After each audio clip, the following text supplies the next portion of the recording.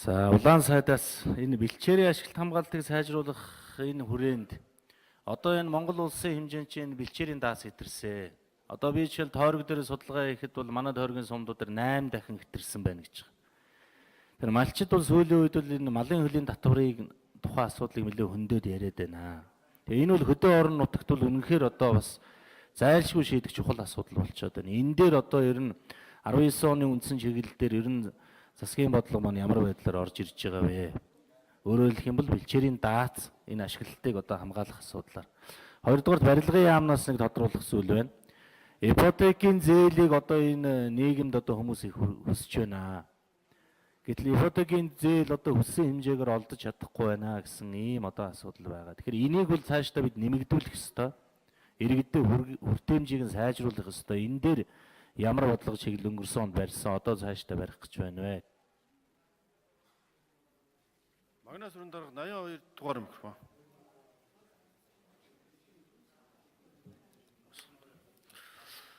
За мөнгө төгшөөний асуултанд хариулъя. Барилга хот байгуулалтын яамны төрийн нарийн бичгийн дарга Магнаас өрн. За энэ жил ипотекийн зээл дээр бол бид нар их усүрийг 2 дахин нэмэх ийм зорилт тавиад ажиллаж байгаа. За одоогийн байдлаар улсын төсөвдөр 115 тэрбум төгрөг байгаа. За арилжааны банкудаас мөн одоо 115 тэрбум төгрөг орж ирж байгаа. Ингээд нийтдээ 230 тэрбум төгрөг бол улсын төсөвтэй уялдаад ингээд олгогдно.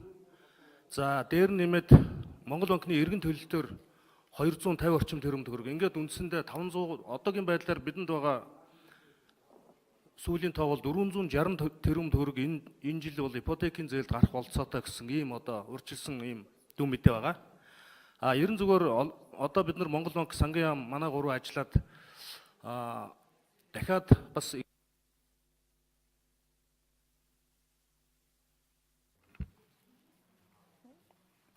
За энэ хөгжлийн бодлого төлөвлөлтийн тухай хуулийн 12-8, 12-9 дэх заалтын үндсэн үзэл санаа нь бол үндсэн чиглэлийг батлаад энэ батлагдсан үндсэн чиглэл дээр үндэслэж сангийн яам улсын төсвийг 20 оны улсын төсвийг боловсруулна гэсэн ийм үндсэн заалттай.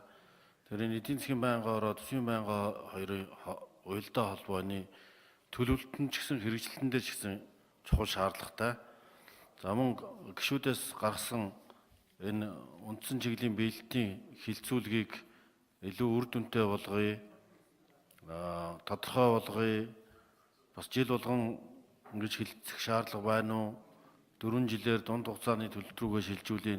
Улсын хөрөнгө оруулалтын хөтөлбөртөө уялдуулъя гэдээ гарч байгаа олон санаачлагуудыг эдийн засгийн байнгын орон дээр харгалзан үзэх нь зүйтэй байна. Засгийн газар хэрэглэх газар ч гэсэн мөн дээр анхаарч ажиллах шаардлагатай. За одоо 2020 оны үндсэн чиглэлийг хилцэж эхлэн 6 сарын 1-ний дотор батлах ёстой дараагийн ээлжинд. За энэ дээр бол үндсэн гол бодлого гарч иж төсвийн бодлогын суур баримт шиг болно гэдгийг та хүмүүс анхаараарай. Ингээд улсын их хурлын гишүүд асуулт асууж өгөх гэж тус. Улаан сайд болсон. Түрүү хариулсан.